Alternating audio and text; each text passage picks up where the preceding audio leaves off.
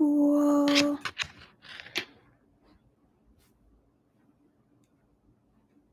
Let's see. I always feel like I'm just a little bit tilted.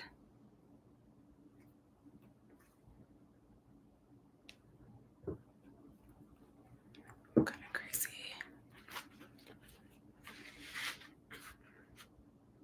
I'm not gonna do that. I feel like I'm tilted. Okay, let's see if this mic situation is working. Hey, friends. Hey.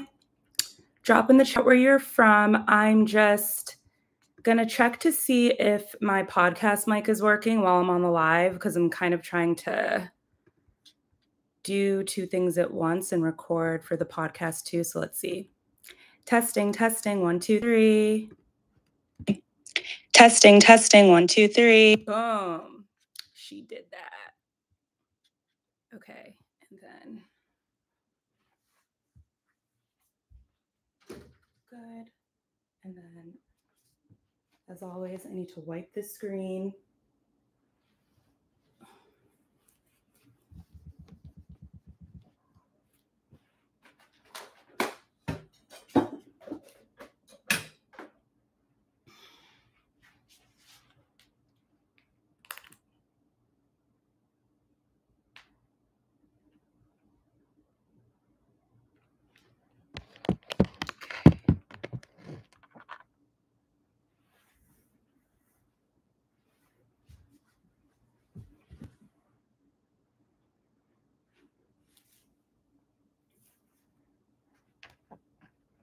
Can you guys hear me okay? I'm a little further from the computer than I normally am, but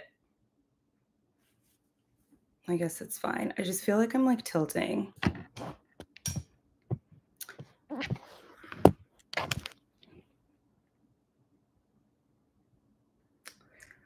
Oh, gosh.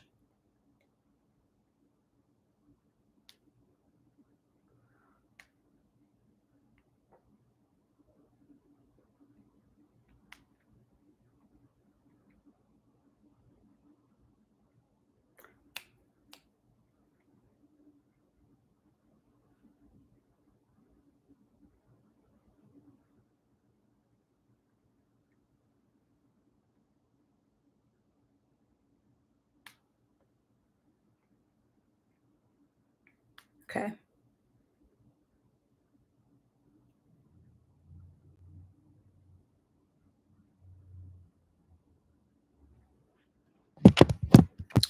Okay, let me turn this on, this recording, and then we're good to go.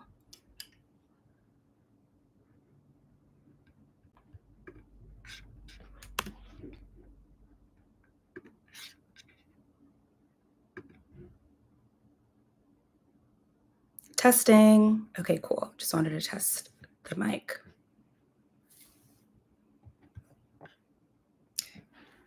Hey, friends, and welcome back to That's Real. I'm your host, Tiff, and this podcast is all about creating the life you want, not the one you were told to live. And if you saw the title of this video, it's how to respect yourself, how to put some respect on your name. And hey, friends, bonjour, bonjour. And this is That's Real Live. So this is meant to be a live Q&A. So I'm going to introduce a topic, which is respecting yourself, which I'll get into in a little bit. And throughout the conversation, you guys can ask me questions in the chat. It doesn't just have to be around this topic. Feel free to ask me questions around anything that comes to mind. I am here to help you. And it's meant to be interactive. It's meant to be fun. Don't be shy. I love to chat. And yeah, I think that's about it. So if you are on the live stream, feel free to drop your name and where you're from in the chat. I always love knowing where everyone is tuning in from. I am now trying to do these lives weekly, and also am now recording them for the actual podcast so that I can put up the audio version too. So let us all pray that this grabs the audio so that I can put it up on the podcast too. Oh my God, Nadej is on. Guys, my friend is in the chat. Hey, hey, hey. Cool. Oh my God. Wait, I love that you guys have been tuning into this. So, again, as y'all saw, the name of this, or the title of this live stream is Put Some Respect on Your Name. RESPECT, find out what it means to me. Okay, I am not playing.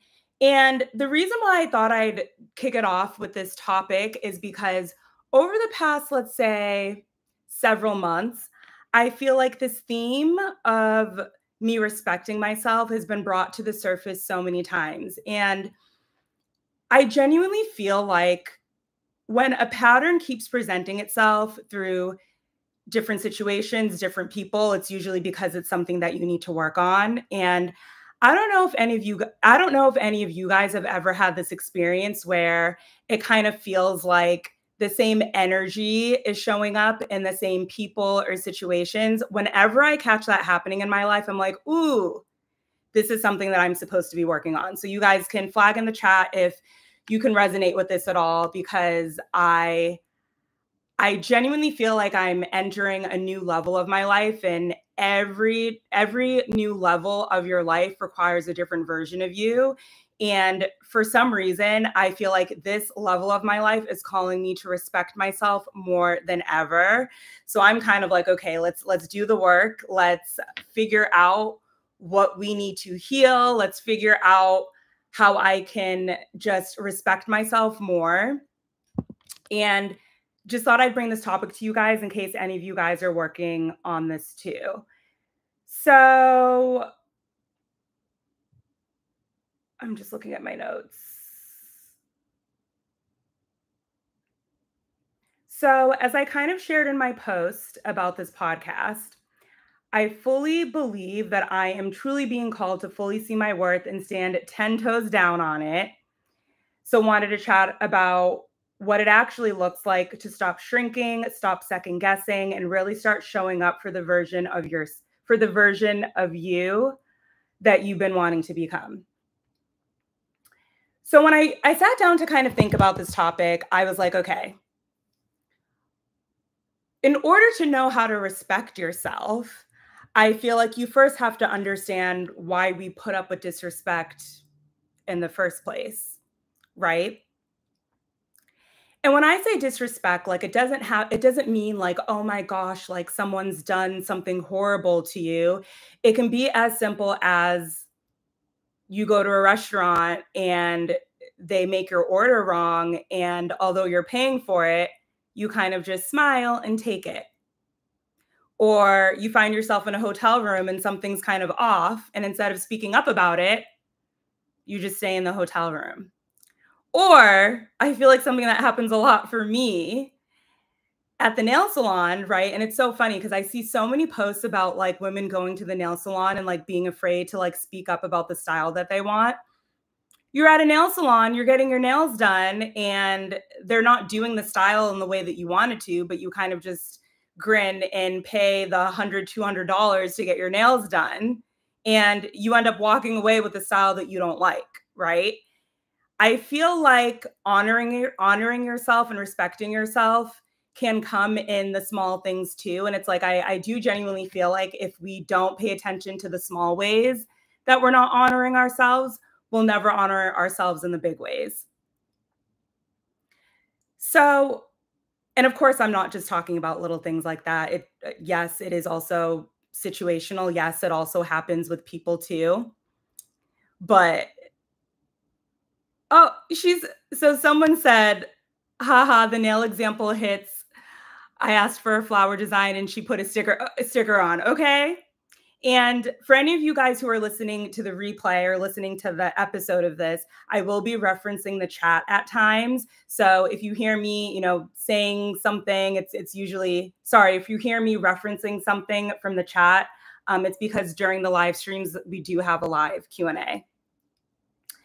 So yeah, I feel like we all have an example of a time where we might have wished we spoken up, or a situation where we kind of felt, oh, I wish I had said something. I feel like we all have moments like that. So anyways, why do we put up with the disrespect?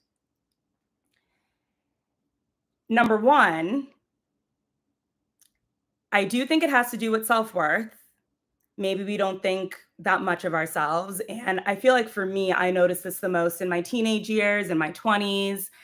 Like when I look back on my life, I can see so many instances where I kind of shrunk myself instead of just fully standing in my power, standing in my truth and embracing it. Maybe we think that others know more than us.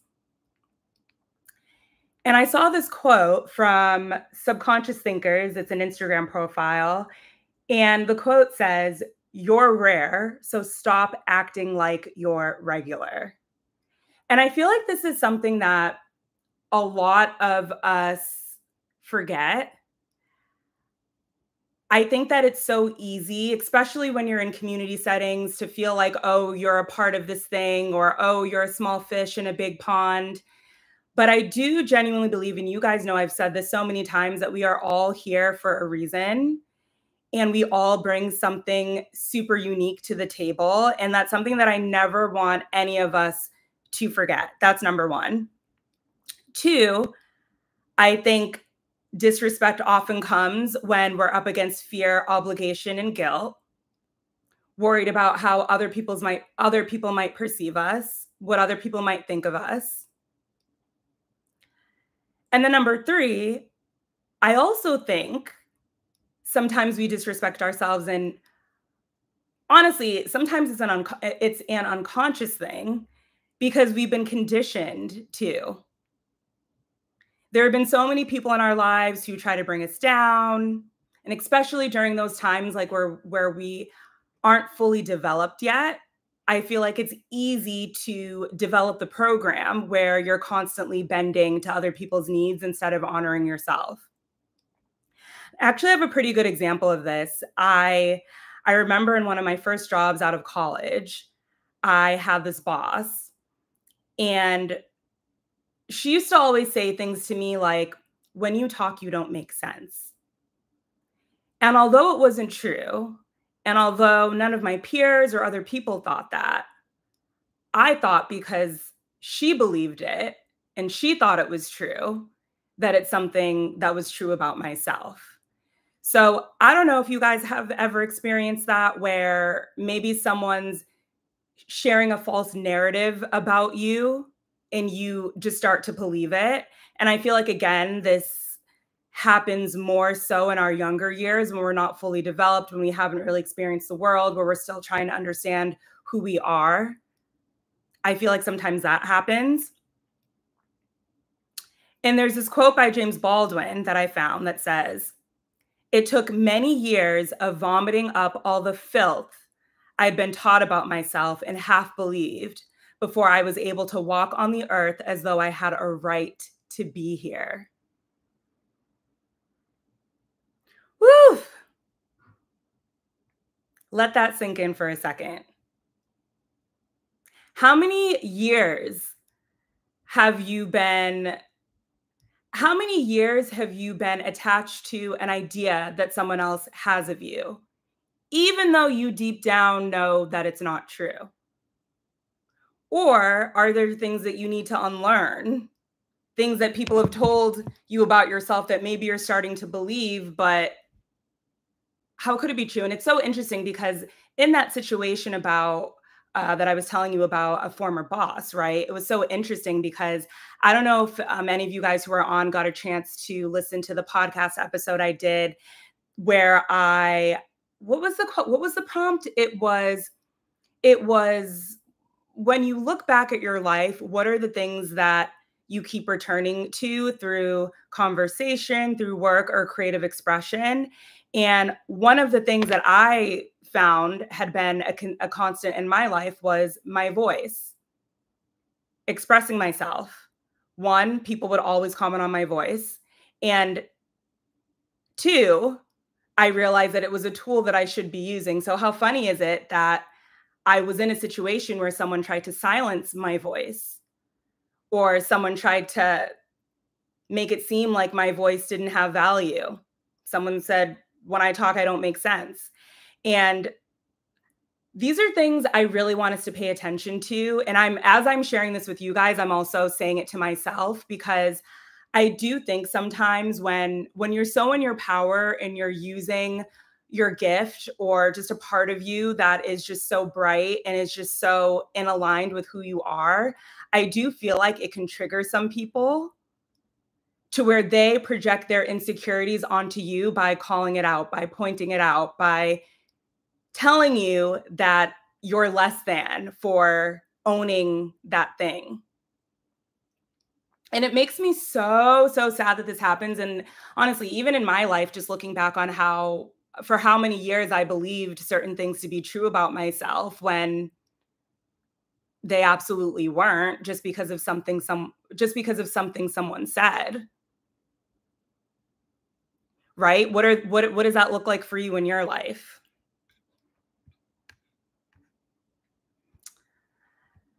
I'm just reading the chat real quick. So someone said, hey, I'm at work until 5, but wanted to say hi. I'll catch this live later. Oh my gosh, hi. Thanks for tuning in.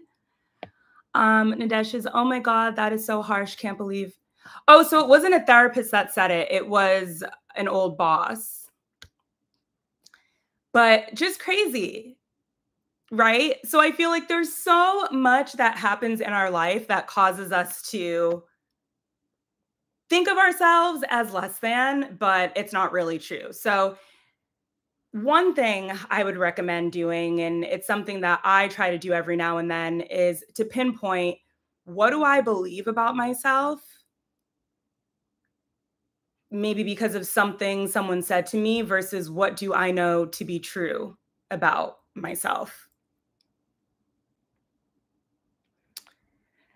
And I bring up all of this to say, I genuinely think that the more we feed into these things, what other people are telling us about ourselves, the disrespect, all of that, the more we feed into all of that, the more out of alignment we get, which is why I really wanted to bring you guys this episode too.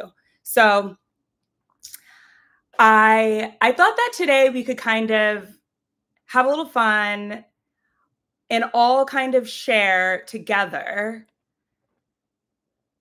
our kind of like rules to live by when it comes to respecting ourselves. So I've jotted down a few, but I'd love for you guys to also jot down or also type in the chat just through your life, what has come up for you as things that are going to be helpful when it comes to you respecting yourself too. And as I go through the ones that I have, if it's something that you resonate with, please type in the chat, that's real, because I just love to see, just how many people can relate to some of the things that I'm sharing, because I know it can't just be me who's just had this stuff come up in their lives. And again, I'm really just bringing this up because, when I just think about how many times this pattern has come up in my life, literally just yesterday, something happened where I was like, dang, here we go again. So yeah, so as I'm going through this list, I'd love for you guys to say that's real if it resonates, and also share what any like rules or life lessons that you've come across around respecting yourself that have resonated with you.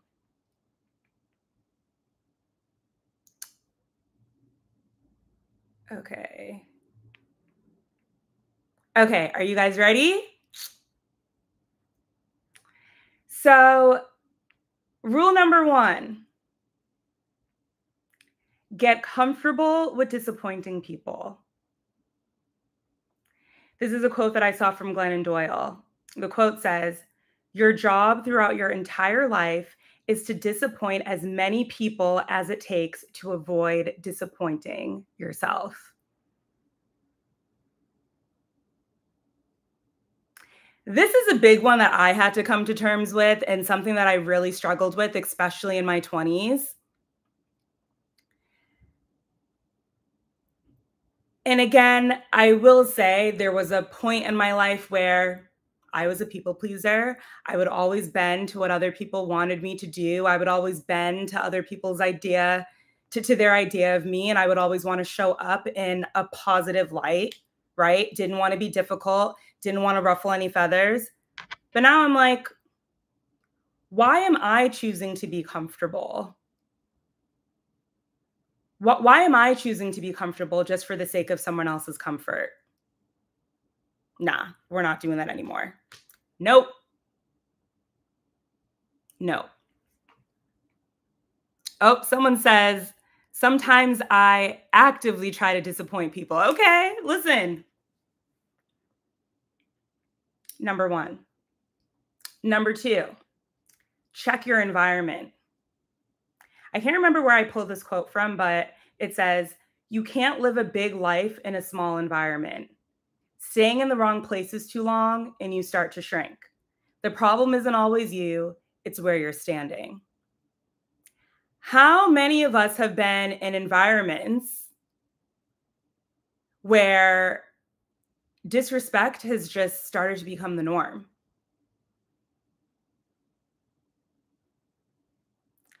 I feel like when we find ourselves in environments like that, it's so, so tough because, and again, if we haven't developed the wisdom and the strength and all of the things, it's so easy to shrink ourselves in those environments. But what I'm learning is sometimes being in those environments allows us to practice owning our space, knowing our worth, and not shrinking, if that makes sense.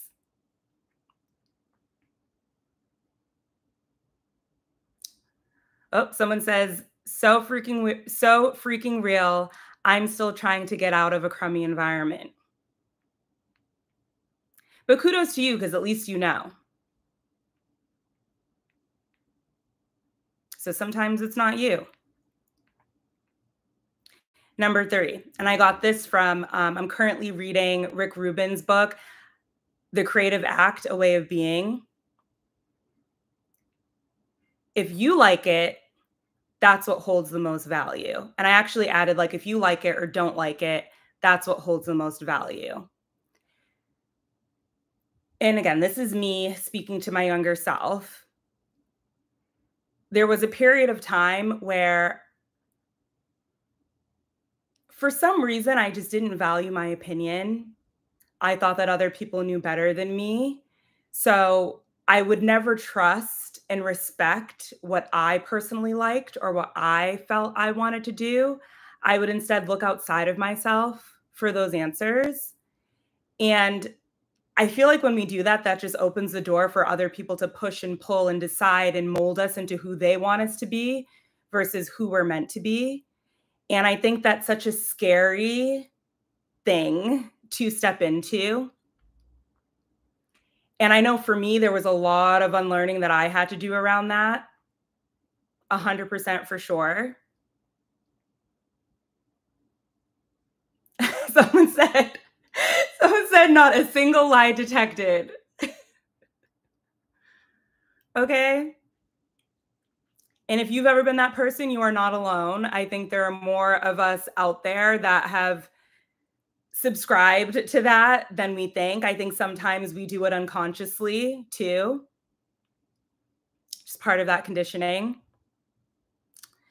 Next one is, do not under any circumstances entertain or agree to a false narrative about you. And on top of that, fully seeing your worth means being okay if others don't and not taking it personally.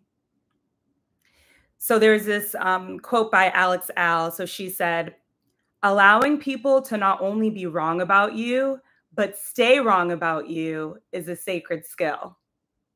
You're no longer in the business of convincing anyone to like, love, or accept you. The era of performing for approval is over.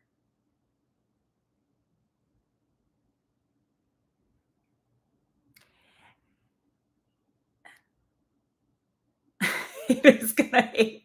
Haters gonna hate, homie. But I also think it's so much bigger than that. I feel like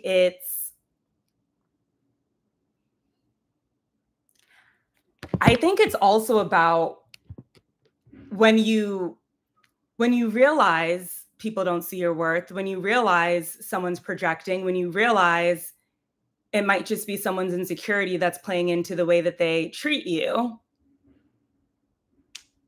it really isn't personal. And I'm telling you guys, if you can get to a point where you do not take anything personally, that is the most powerful place to be. Things just roll off your shoulder. Oh, you want to act that way? Okay. I'm going to protect my peace over here and I'm not going to let that bother me. Oh, you want to share a false narrative? Okay. Showing a lot more about you than it is about me. And I think too, sometimes when things like this happen, when things get a little sticky, sometimes we feel called to try and over explain ourselves, to try and get the other person to see our point of view. Sometimes it doesn't even have to be all that. Sometimes it's really just about you simply walking away, moving in another direction. That's how you respect yourself. It doesn't always have to be, I need to prove to so and so. No, because a lot of times people are dedicated to misunderstanding you. Anything that you say, they're trying to poke holes in your story. So sometimes it's not even about, oh, this person disrespected me. I need to let them know that they disrespected me and I need to change. Because now you're just depleting your energy. Have you guys heard of Mel Robbins' let them theory? I'm actually going to read it to you because it just popped into my mind and I feel like it's a good thing to talk about when it comes to this. It's actually something I was just talking to my sister about. Let me see. I literally just pulled it up on ChatGPT because it gave a good synopsis. Let me try and find it. Actually, I'm just going to type it back in. Let's see.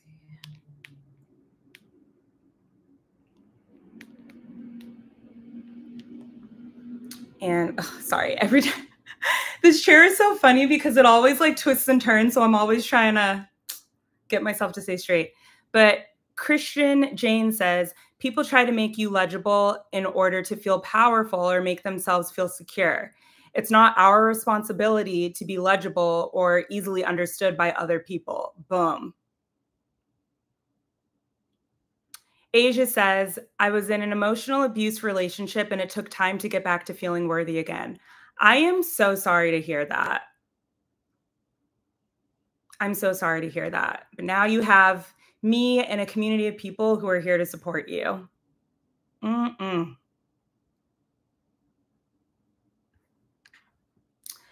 So, okay, the let them theory. If someone's doing something that bothers you, confuses you, or goes against what you would do, let them. Instead of trying to control how others act, react, or show up in your life, let them do what they're doing and watch how that information shapes your decisions. It's a mindset shift from control to clarity. If a friend doesn't invite you somewhere, let them. If people are misunderstanding you or making assumptions, let them. Why? It reduces anxiety and overthinking. It gives you emotional freedom. It reveals who is truly aligned for you. And it helps you stop chasing and start observing. So instead of reacting or people pleasing, use their behavior as information, not a reason to fight for your worth. Let them, and let yourself focus on what and who is aligned with your peace.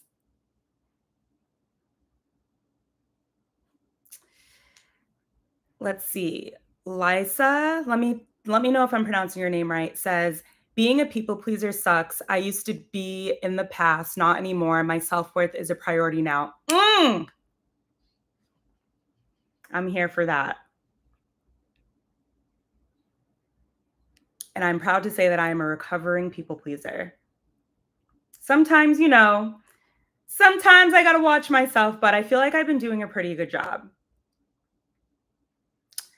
Next rule. And don't forget, friends, if you guys have any rules to live by, please put them in the chat and we'll add them to this list. And I don't know, maybe afterwards I'll throw the list up in a post, in my community tab on YouTube, because I just think that these are such powerful rules that I'm trying to remember myself.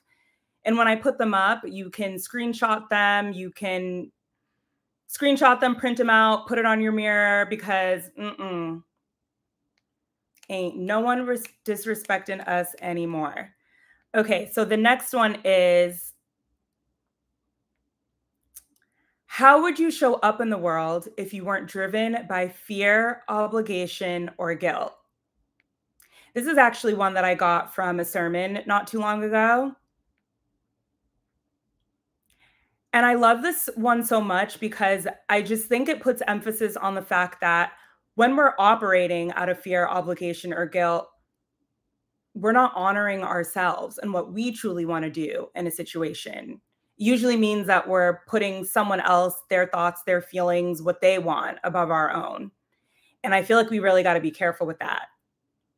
When you find yourself fearful to do something, ask yourself why. When you find yourself feeling obligated to do something, ask yourself why.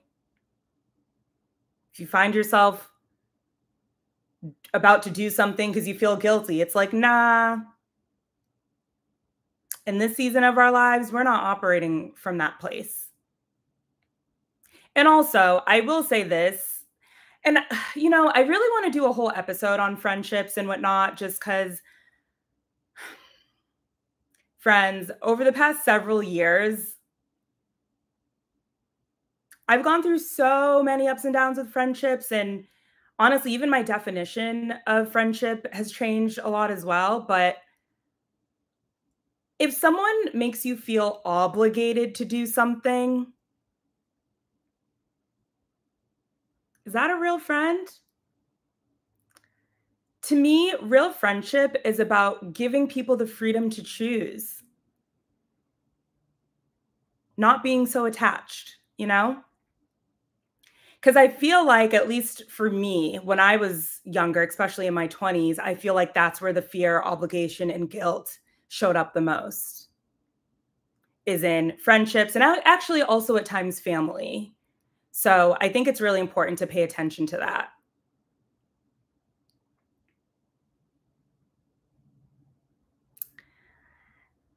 VPSR, what's your name so that I can reference you as your name? Says, I had to break up with a good friend because they were too much of a people pleaser. Oh, I'm sorry. And then let's see. Stevie says, I came across a question recently that seems fitting for this chat. It said, what would full responsibility for your joy look like? Ooh, I like that a lot. I'm writing that one down. What would full responsibility for your joy look like? I love that so much. And especially because I actually feel like I'm in a season right now where my goal is to find joy. If I don't feel joy in what I'm doing, I simply don't want to do it. And take that with a grain of salt, because obviously there are things that we just have to do to survive. So I'm not talking about those things. But at least when it comes to your personal endeavors, your creative endeavors, do what brings you joy. And actually, on that same note, also in the book, The Creative Act, A Way of Being, and in this other book I've been reading, The Artist's Way, it talks about making a list of things that you genuinely feel joy doing. What are those things? And I love that it kind of called me to make a mental note of those things, because as I was listing some things out, there were so many things on that list that I was like, wow, I haven't done this in forever. And it can be something as simple as watching a sunset, to going to the movies, to going to a concert. And actually, I'm going to sidetrack for 1 second, because when I made that list, one of the things that I wrote down was going to a concert. And when I wrote that down, I was like, wow, I haven't gone to a concert in so long, but it's something that I genuinely love to do. And how crazy is this? I think it must have been the week after I had made that list. A good friend from Paris calls me. Tiff, how are you? Are you in LA? I'm like, yeah, I'm in LA. She goes, oh my gosh, one of my really good friends is in town. She has tickets to the BET Awards. She bought a package. She's going to a bunch of events. I told her that you were in LA. She has some extra tickets. Would you want to go to her? Would you want to go with her to any events? I was like, yes, absolutely. So I go downtown to meet this girl who I didn't know, only knew through a friend, but this is the type of friend who really surrounds herself with good people. So I knew off the bat that this was going to be a good person. And she takes me to one of the events. It's super fun. And she told me that she also had a ticket, great seats, to this concert where Cardi B was performing and a bunch of other artists. And she kind of said to me, oh, I'm not really into these artists. I don't want to go. Would you want this ticket?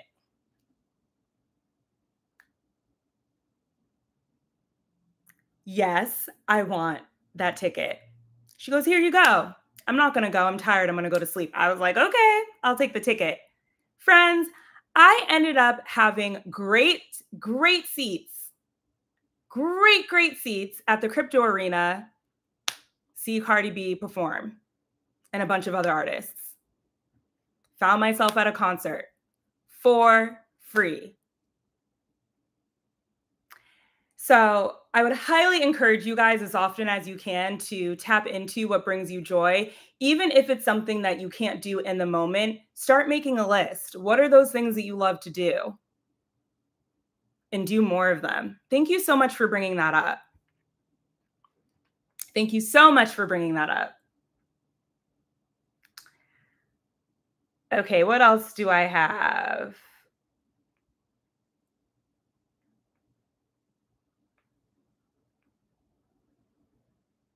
I also have, if you notice that someone doesn't respect you, do not spend a second more with them. And, a question that I've asked my, who was this? An intuitive I was talking to before, because this was during a season where, Christian says, Cardi B is my birthday twin, same day, same year. Oh my gosh, that's wild. That's so cool.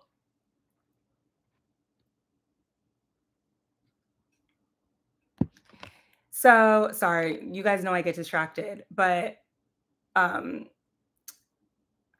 there was a season of my life where I felt like I just kept attracting not so great people. And every time I attracted these not so great people, it was almost like I would, how do I want to say this? I would attract the person. I wasn't great at reading them. And then a year later was kind of like, this person really isn't for me, and would stress myself out trying to get out of the situation, right? So the question that I asked my intuitive, what do I want to call her? She's a master intuitive. The question I asked her was, how can I discern better upfront if someone is aligned for me or if someone isn't, so that I don't waste time? And she said to me, when you meet someone, whether it's a potential boyfriend, romantic partner, potential friend, After that initial meeting, sit with yourself and ask, would this person be a good boyfriend for me? Would this person be a good friend to me? And if you feel like you get any answer other than a yes, do not spend any more time with them. Mm.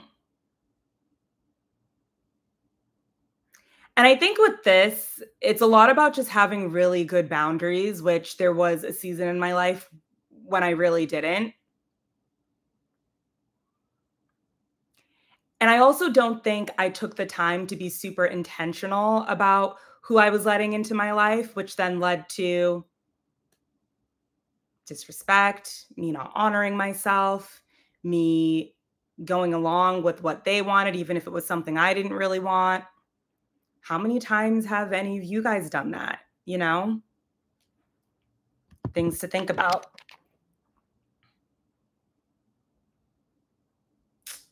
What else do I have down?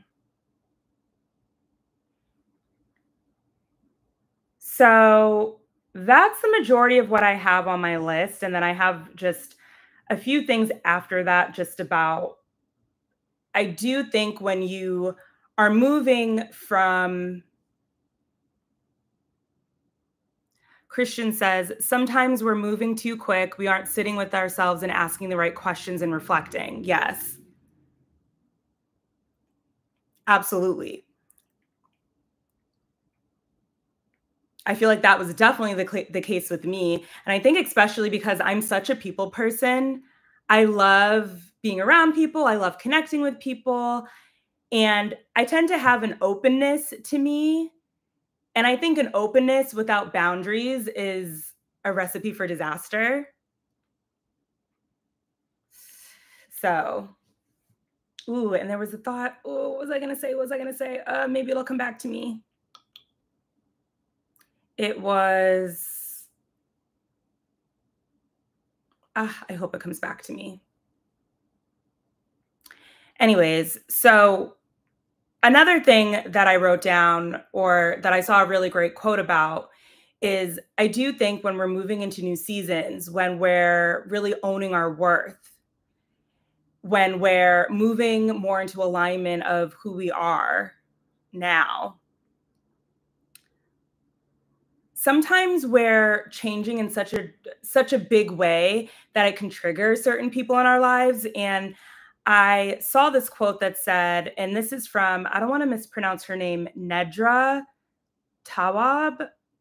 I follow her. She has really great posts. I would highly recommend you follow. And the quote says, being the old you might not wait. Being the old you might be what some people want, even when it's not good for you. Changing yourself impacts your affiliations and relationships. This is something that I've come across so many times, where there were a lot of people who were attached to the version of me that they were comfortable with. And as I grew out of that version of myself, they didn't always love the new version of me. And that's something that I just had to come to terms with. And I think that goes back to one of the points we touched upon earlier around, it's okay if other people don't like the version of you that you're becoming. Don't take it personally. And I also say that it's okay because I do think that there are seasons when we're aligned for certain people, and there are seasons where we're not. And it's really not a personal thing. I do think, especially with friendships, they ebb and flow. Sometimes friendships don't, I don't want to say end, but how a friendship starts isn't always the way it continues, if that makes sense, especially as we all grow and evolve individually. I've been in so many situations where my friends and I have evolved and changed at different rates. Doesn't mean we don't love each other, but it might mean that the relationship just changes a bit. And it's not because someone did something horrible or something's wrong. I just think sometimes that's just what it is. And I've learned now to not force, to not push. Especially for me, I not even just with friendships, but anyone in my life, I want it to be more of a pull than a push, you know? So just wanted to share that sentiment.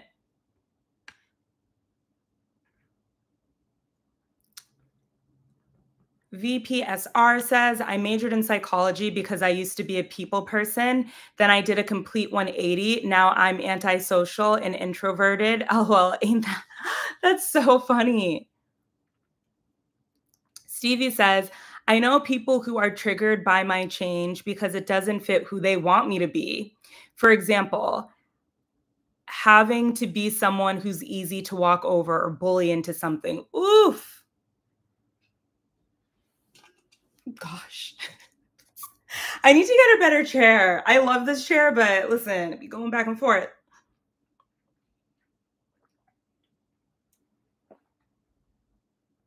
Valentina. Okay, thank you. Because I was like, I don't want to keep saying VPSR. Valentina. Thanks for your shares.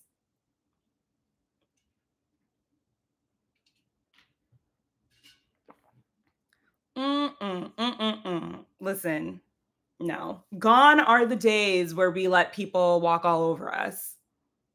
Gone are the days where we, God forbid, let someone bully us. Absolutely not. I'm so sorry that you experienced that. Mm-mm. Oh, to tighten the swivel? Okay, maybe there is. I don't know. This is one of those chairs there isn't. I don't know. I'll play around with it after the live stream.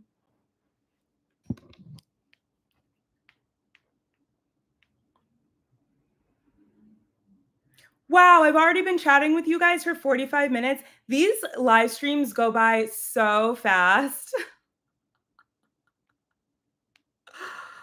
Oh my gosh. Sadly, parents were a part of it, not just friends. I can understand that. You know, and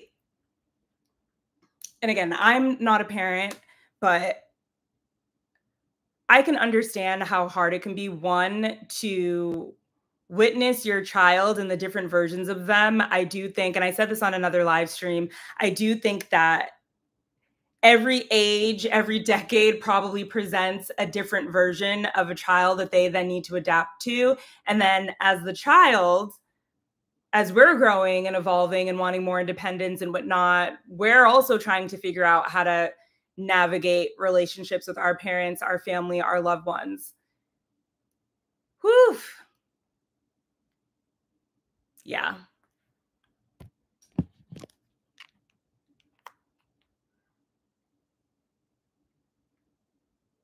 And I also think when it comes to honoring and respecting ourselves, I don't know. I do feel that the more we do that, the more we move away from things that aren't aligned for us and the more we open ourselves up to things that are. And again, it can be so simple as, I remember I was in New York City in April for a bit, and my hotel room, beautiful hotel room, but y'all, I remember I walked in, there was like a hair on the bed, and I was like, gross. Okay. Then I go to open the mini fridge and there's like hair all over it. I was like, absolutely not. Call the front desk right up. You guys need to do something about this. Excuse me. They ended up upgrading my room and giving me a free night stay just because I spoke up and decided to honor myself. And I get friends, I think especially when it comes to things that you're paying for, we can't not settle. We cannot settle.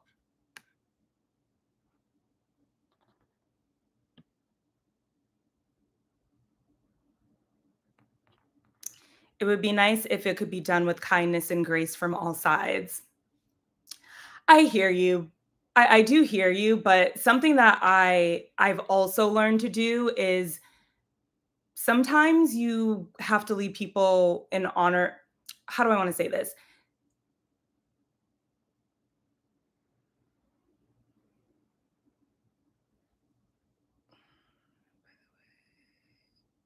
Sorry, I just saw another chat, but I just wanted to bring up this point. first. So Stevie says, it would be nice if it could be done with kindness and grace from all sides. And I'm actually really glad that you brought this up, because something that I've learned to do in my life is to leave people where they're at. I think the thing about life is that we all evolve in our own ways. We all heal in our own ways. We all learn more about ourselves in our own ways. We all develop a sense of self-worth at our own rates. So, unfortunately, I don't think that all of us are always in the same era of life in terms of our growth and development. And because of that, I think at any given time, we all could handle the same situation differently. So, unfortunately, not everyone is going to see things the way you do, the way I do, the way your parents do, the way your friend does. And I think obviously that's what causes conflict and whatnot. But something that my osteopath has said to me is, if you can take care of your side of the street, that's all that matters for you in your life. We can't really control how other people operate. We can't really control how they receive information, perceive things, whatever it is that they're working on. Because, and another thing that she has told me too is that if people haven't done the work, they can see things through a skewed lens, right? With blurred vision.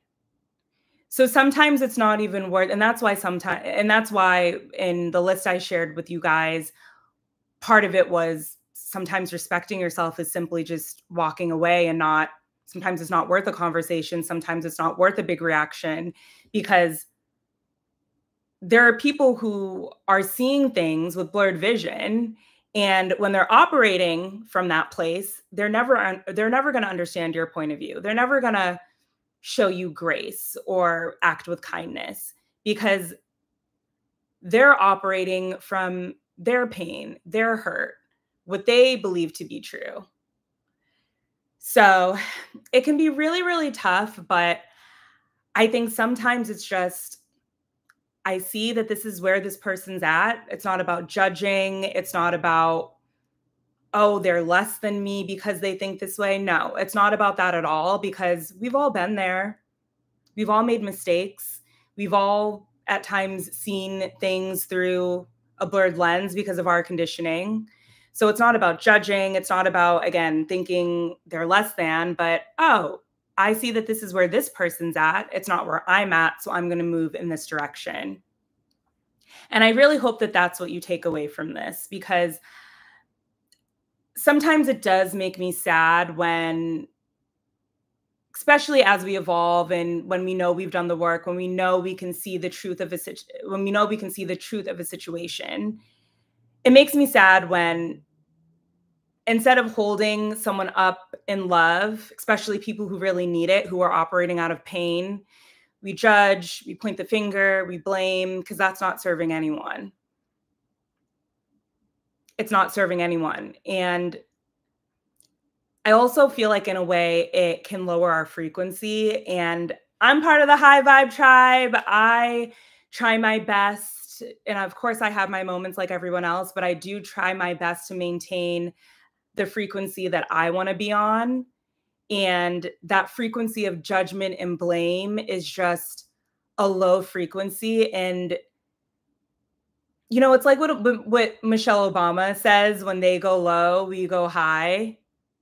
Don't drop down to their frequency of blame and judgment. Stay on your high frequency. And that's when you experience the real shift.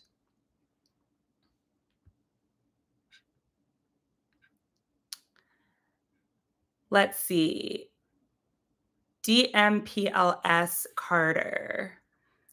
Any advice for someone who wants to stop holding themselves back but doesn't know where to start? I ask because I have a side hustle that I'd love to grow, but I keep minimizing it when I talk about it. How can I stop doing that and show up more confidently? Ooh, I love this. And I actually have a little preview of an episode I'm doing on confidence that I think will help you. Let me just see if I wrote my notes down on this.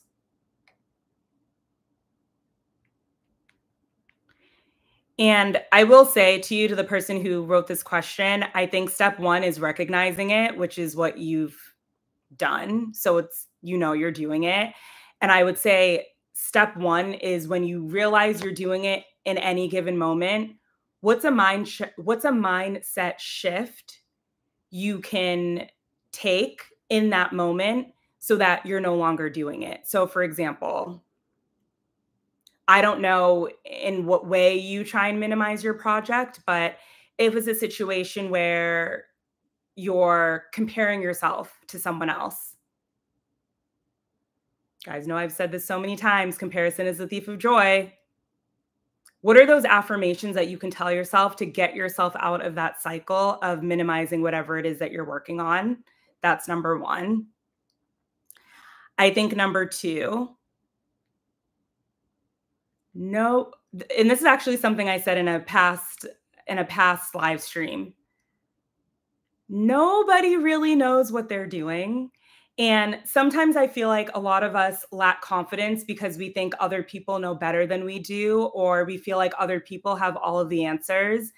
And when we see other people flourishing in their endeavors or doing their stuff, we're kind of like, oh, I'm not there yet. I'm just starting. And then we do, you know, we start to play the comparison game. I think that's another piece of it. I think number three, I guess if this is point three, you know what, I need to stop numbering these points because I'm just going to forget the numbers. But something that Doechii has said, and if I can find the interview, I'll put it up either on my Instagram stories or I'll put it in the community tab of YouTube. Something that Doechii has said before is whenever you're starting a project, you're allowed to be bad at it. Whenever you're starting something for the first time, trying something new, you're allowed to be bad. Give yourself space to not be so great at this new thing that you're trying to do. And I do feel like that'll start to take the pressure off. And in her case, she was talking about writing. I think she was talking about songwriting. She was like, this is the first time I'm doing this. This is the first time I'm trying this, or at the level that she was trying to do it at. So she said to herself, I get to be bad at this, but it's not going to stop me from trying. It's not going to stop me from creating. So maybe that's a place to start. I'm just looking back at your question too.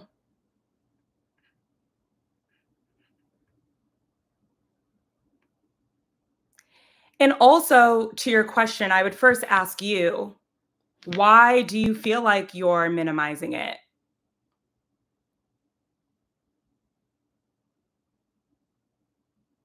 I think getting down to the root of why you're doing that would also help you unravel it too. What's in your space that's making you minimize what you're doing? Is it something that someone said to you? Is it someone else's work that you're seeing? What within yourself is making you minimize the project that you're working on? I feel like that's where you start. And I do think that true confidence comes because I just saw Valentina write down, preach, if you want to create something, just do it and make sure you enjoy it. I do think that we all have this sense of confidence when we're doing something that we truly love to do. When we're doing something that brings us joy, when we're doing something that we feel excited about doing. So I would also have you ask yourself, this project, is it something that you really believe in? Is it something that you really enjoy doing? If not, what can you tweak to make, what can you tweak so that it is something that you enjoy doing? Or this project that you're doing, is it something that plays to your strengths? Does it play towards your weaknesses? If there's a lot within it that plays towards your weaknesses, can you outsource some things? So that you don't have to spend so much time on the piece of it that you're not great at, so that you can focus more on the piece of it that you are strong in? Because I do think a thing about confidence too is, and this is something that I also did a lot in my 20s, is I would pay attention more to my weaknesses versus my strengths. And I feel like when we lean more into our strengths, there's also a sense of confidence that comes with that too. So I would also have you ask yourself that question.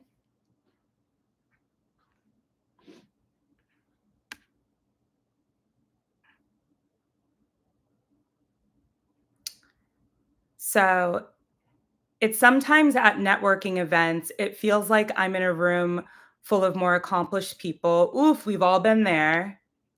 The comparison really is the thief of joy.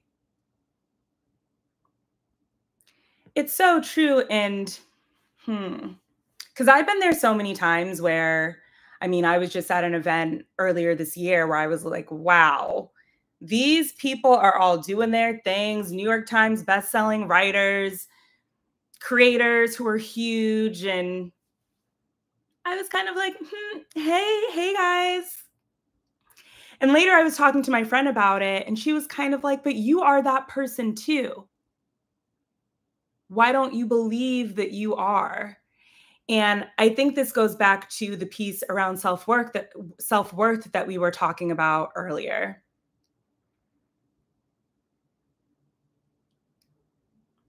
There's a thought I'm trying to get out, and I just want to make sure I'm saying it in the right way, in a way that makes sense. But ooh, this is it. This is it. And especially when you are walking into a room of people you do not know and you have to network, focus more on you than them.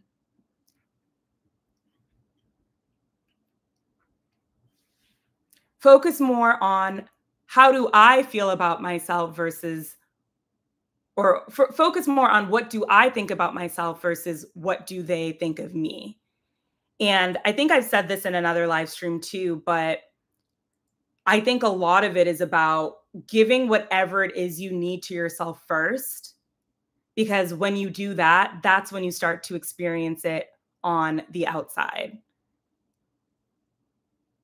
So, for example, if you know that you want to feel safe in other people's energies when you go to these networking events, how can you first make sure that you feel safe within yourself? And when I say that, I mean, because again, this is something that I used to do. If you make a mistake, if you do something that you kind of find embarrassing, do you beat yourself up for it? Or do you, oh, I did that, it's fine, and move on? How can you first make yourself feel so comfortable within yourself? Because I feel like when you start to work on what's in here, you don't worry as much about what's coming from the outside because you're good within you. And that safety piece, at least for me, is major. And I do feel that it could help, especially in situations where you have to be in front of people.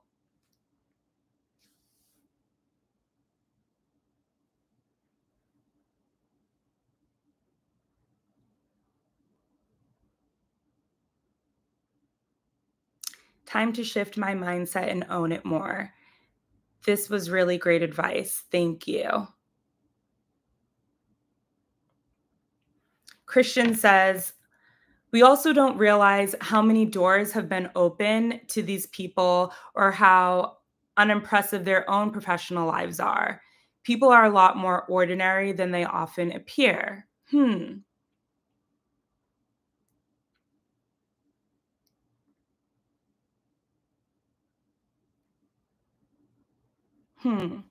I have some thoughts on that.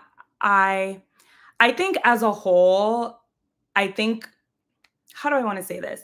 I think as a whole, I think it's important to be careful about judging people, whether it's yourself or others, because I do feel like that judgment will play a big part in how you perceive yourself and especially how you show up in the world. So if you're judging others, whether good or bad, I feel like in a way that's kind of what you also walk into the room with, if that makes sense. So Sometimes I feel like we kind of have to look at it as if we're all on the same level. No one is better or worse than anyone else. And also because that is the truth. We are all human beings. We are all walking on this earth. I don't think that anyone else is better than another person. I think, sure, we might see people and feel like they have more than us, have less than us, whatever. There's always going to be someone who you think has more or less. But at the end of the day, we are all worthy. We are all worthy. We all have something special about us. We all have a reason to be here. And it's something that I'm trying to remind myself too as I kind of gear up to be in more spaces and places and networking and all of the things. And especially with being on YouTube and whatnot, and really wanting to do more of this and eventually wanting to have guests on. And there's a lot of networking that's going to come with that. I think it's really important to see each other as equal because the truth of the matter is that we are.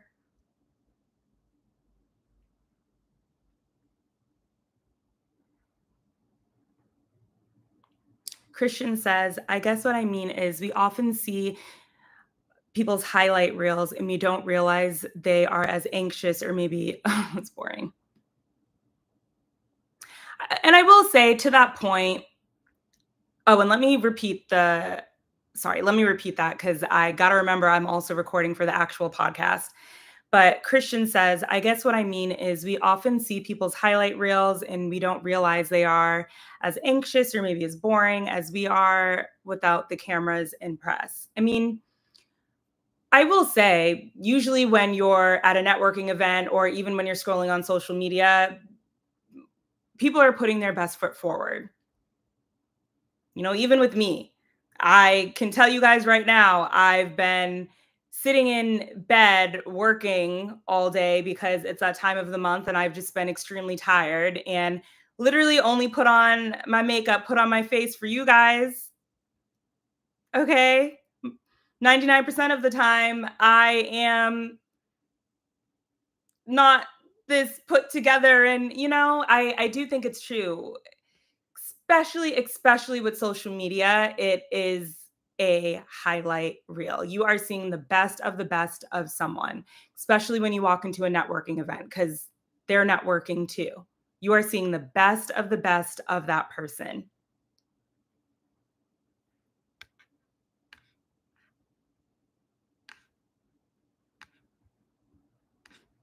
Thanks, friends, for dropping in your advice too in the chat.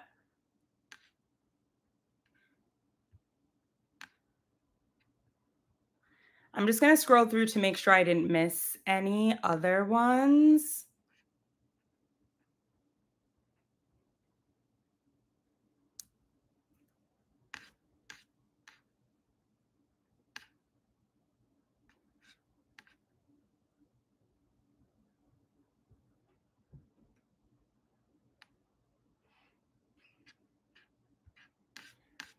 Let me also make sure I shared everything that I wanted to share too.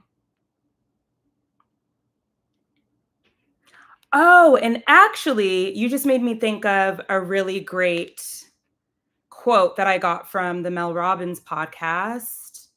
Let me see if I can pull it up because I think that this will help all of us. It's something that I have to remember too when it comes to just owning our worth.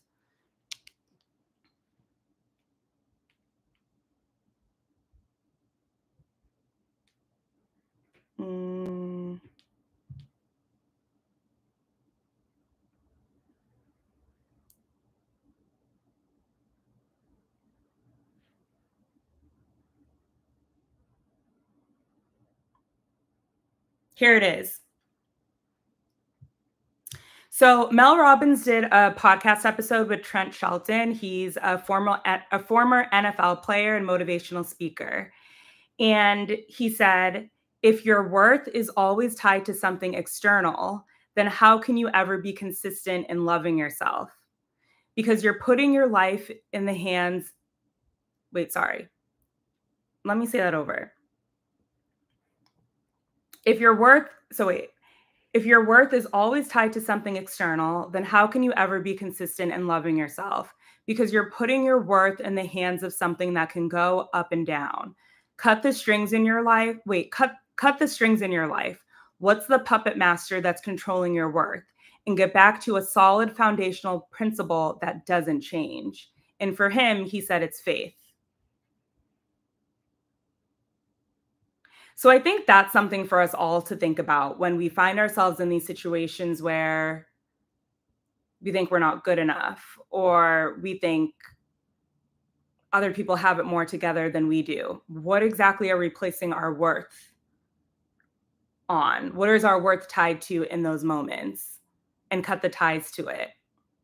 I just love that he said that. That's something that I'm really trying to honor as much as I can. I think it's a really powerful way to live, to not put your worth in something outside of you. Valentina says, hey, Tiff, did you decide on a name yet? Like tea time with Tiff or advice with Big Sis Tiff. I haven't decided on a name yet, but I also think that this is just the live version of the podcast. So it's kind of just that's real live. Maybe that's just what I'll call it. I don't know, but thanks for bringing that up. I'll try to think on it more, but I'm thinking that this will just be the live version of the podcast. And then Christian says, we got to give ourselves the love and adoration we see freely. We so freely give to others we deem above us. Ooh. I love that. And I feel like that kind of goes back to the point about giving it to ourselves first. Whatever it is that we want to see on the outside, give it to yourself first. Focus on those qualities. Actually, that's something else, and especially with when you're trying to focus on what it is that you're trying to attract and bring into your life, focus on the qualities. What is it that you want to embody? What is it that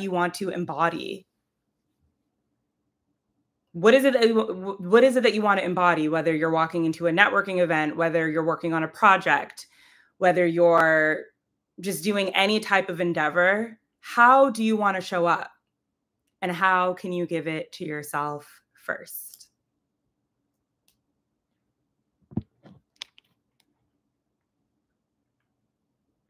Ooh, this is also a good one from Doechii. She did a podcast episode. Sorry, not a podcast episode. She did a great interview with Rolling Stone where she was basically just talking about how her mixtape came to be, her mixtape that then ended up winning Album of the Year. Because this is something else that I think holds a lot of us back. And I know, especially for me, because I am such a perfectionist, is so this is what she said in the interview. Don't worry about perfection and detach yourself from the idea of the perfect project. So she had to say, F the formula, F the balance, and just needed to make music for her. And she knew for her that she was here to feel something and wanted to do that through music. And that's something that helped her not hold herself back when it came to working on her mixtape, which was, the most important project that she was working on at the time. So I feel like that's helpful.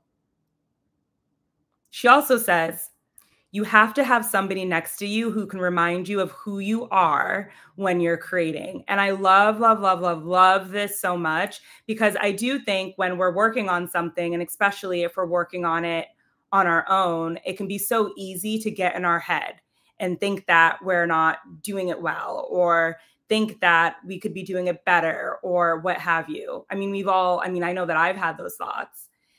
So is there someone in your life who you really trust, who can kind of be that sounding board, can remind you of who you are and what you're creating?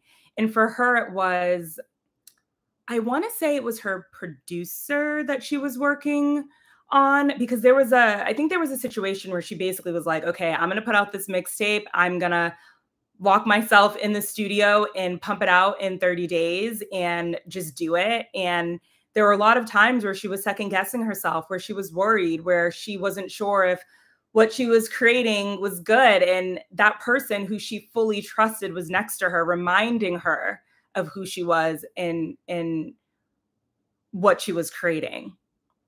And I think for those of us who are working on endeavors solo, like with me, with my podcast and my content creation, I'm sure there are a lot of you guys on here who have some type of passion project or something that you're working on. I think it's so important to have some type of support system around you so that you're not so in your head. Especially if you know you're someone who's kind of a perfectionist or can get kind of anxious about things, because that's totally who I am. You know, for me, it's my sister. I remember I was working on a podcast episode and I was just kind of like, I don't know if I should do this. And my sister was like, what did you say you wanted to do this year? What did you say you wanted to become? You really, really need people in your corner like that. And if you don't have someone like that, I do hope that this podcast can be a resource for you and the wonderful community that we have here, because I don't know, the people in this community are pretty cool and really supportive. So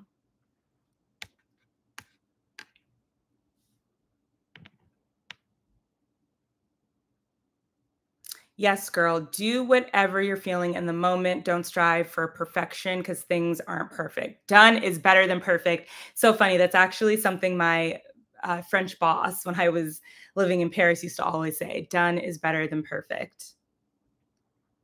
But anyways, friends, that's all I have for you. If any of you guys have any last questions that you want to drop in the chat, I'm happy to answer them. But that's pretty much all I have for you guys today. And I love doing these live streams so much because I just love how it's like you never know where the conversation is going to go. You know, we kind of started talking about respecting ourselves, and then it kind of turned into a conversation on self-worth. And yeah, I just love these. And for those of you guys who are on, do you like doing these weekly? I love doing, I think I might do them weekly just because they're really fun to do. And I kind of like the easy flowing nature of them. Oh, yes, this one last question. Argentina or Uruguay? Haven't been to either, so I'm not sure. Is it to move? Is it to live just for a little bit? Is it to visit? But honestly, friend, I haven't been to either of those places. If any of you who are on have been, feel free to give our friends some advice.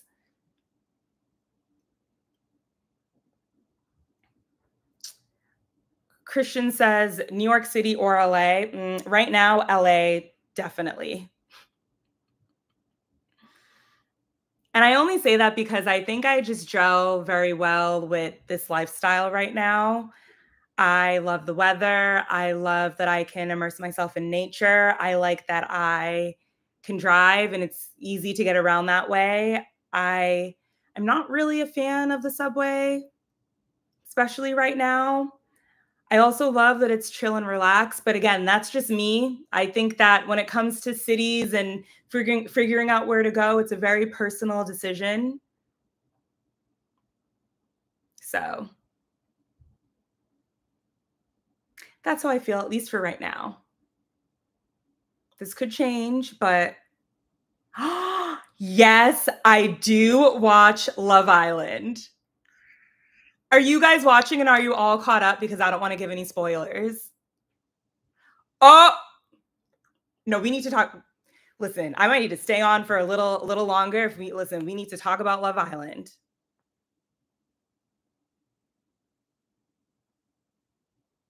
Oh my gosh, yay. I'm so glad that you guys like these live streams. I love doing them and I just have so fun being in conversation with you all. You guys also help me learn. And that's the thing with these live streams too, is I don't want it to just be something where I'm sitting down and just only sharing my point of view with you all. I love that you guys are interactive. I love that you share your thoughts and have opinions. And I mean, even feel free to challenge my opinions, my point of view at any time. I'm always open to learning and evolving and hearing what you all have to say too. But I agree. It's so fun to chat this way and just to feel like you have a support system who's going through and navigating life in a similar way.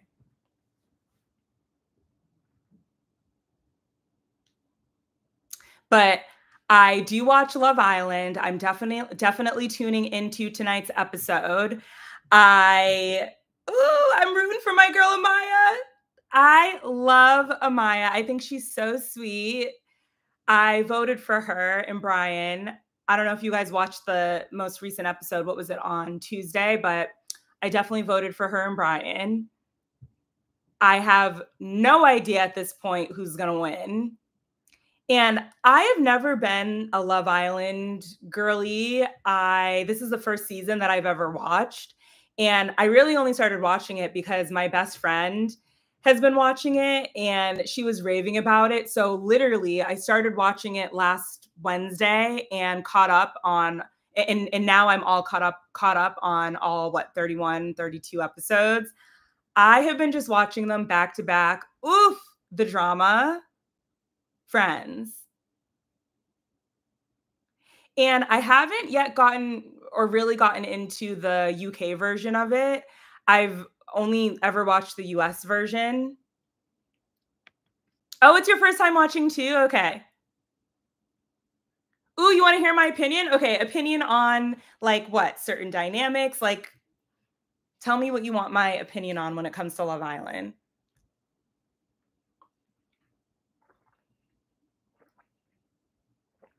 I'm obsessed with this show.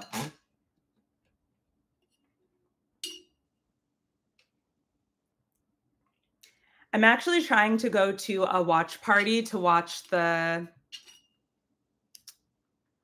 don't know if I'll do a watch party or if I'll just have my friend come over here, but I definitely want to do something where I'm watching it all together. Well, how many of you guys watch Love Island? I wish there was a way for all of us to watch the last episode together because it airs on Sunday. Oh, I can't wait. I am so curious to see who wins.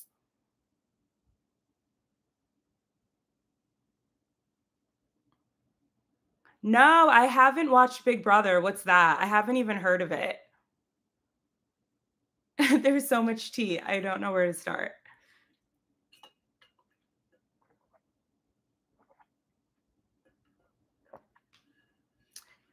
I feel like I'm the only person in the world who doesn't watch.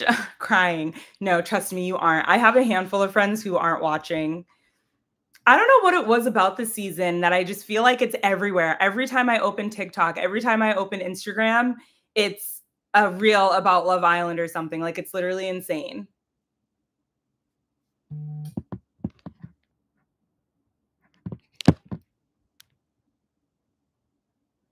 But I mean, I guess going through all the couples, Amaya, I just love Amaya and Brian. I do think Brian's sweet. He hasn't really done anything to annoy me yet. OMG, when they did the episode where the challenge was standing on business and they all basically wrote down what they really thought of each other. Ooh, I was like, it's getting hot. That episode. And I just love how Amaya said, what'd she say? She said, I stand 10 toes down, not one toe missing. Okay. Woo! I will say though, out of all of the dating shows I've watched, Love Island is very much an emotional roller coaster. The challenges they be putting people through are insane. And the recoupling literally makes me so anxious. The recoupling always. I'm always so stressed out. Oh my gosh.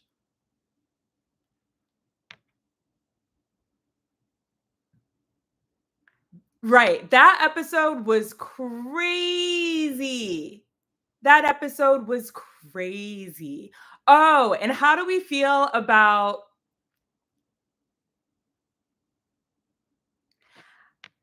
how did you guys feel about the whole situation with Shelly and Ace and Huda when she was twerking a little something? Woo!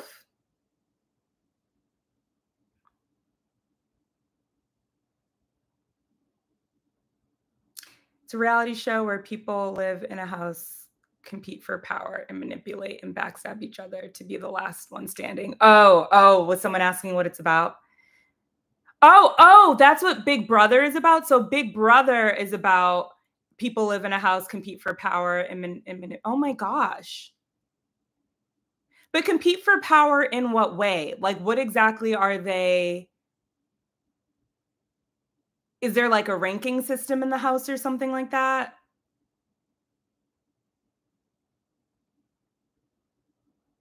The Big Brother premiere is on now. Oh, so is it a new season?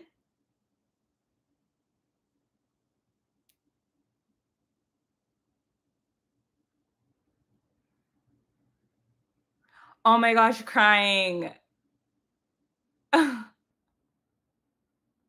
Okay, maybe I should start watching Big Brother.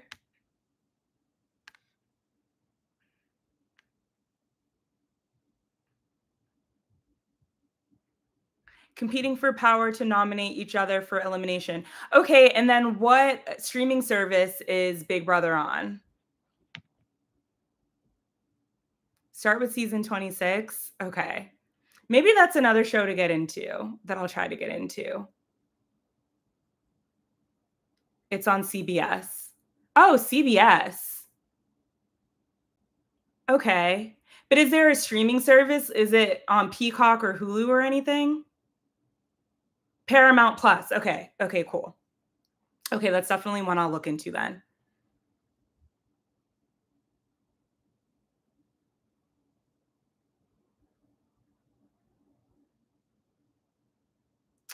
But friends, Love Island starts in 30 minutes. So for those of you guys who do watch, want to give you all some time to get your food together. I know I'm going to be heating up my enchiladas and watching it. I actually have to ask my friend if she wants to watch it at the same time. Oh gosh, there are seasons to avoid of Big Brother.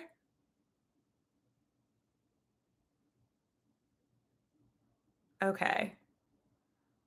Good to know.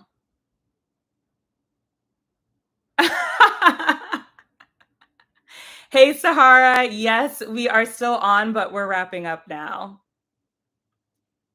I know these live streams always go so long. The one I did last week was 2 hours. I was like, oh my God, I cannot believe that I've been talking for 2 hours. Because they go by so fast and I'm just talking. And then I look up and I'm like, wow, I've been talking for 45 minutes. That's crazy.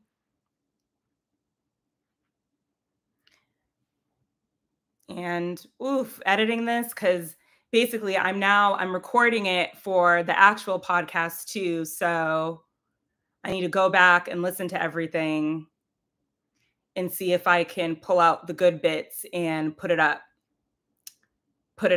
so people can listen to the audio version. So I'm testing a few things out. Some are boring, but some are problematic. Oh no. Okay. Good to know. Cool. Okay, well, thanks for sharing another show for me to watch. I can't wait to check it out.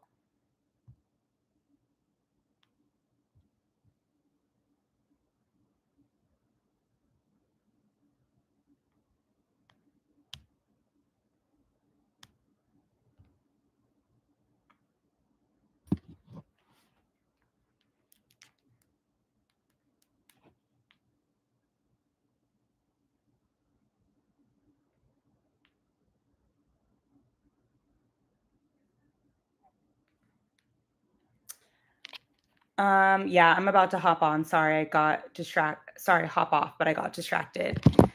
Anyways, friends, thank you so much for tuning in. This was so much fun as always, and I will chat with you next week. Bye.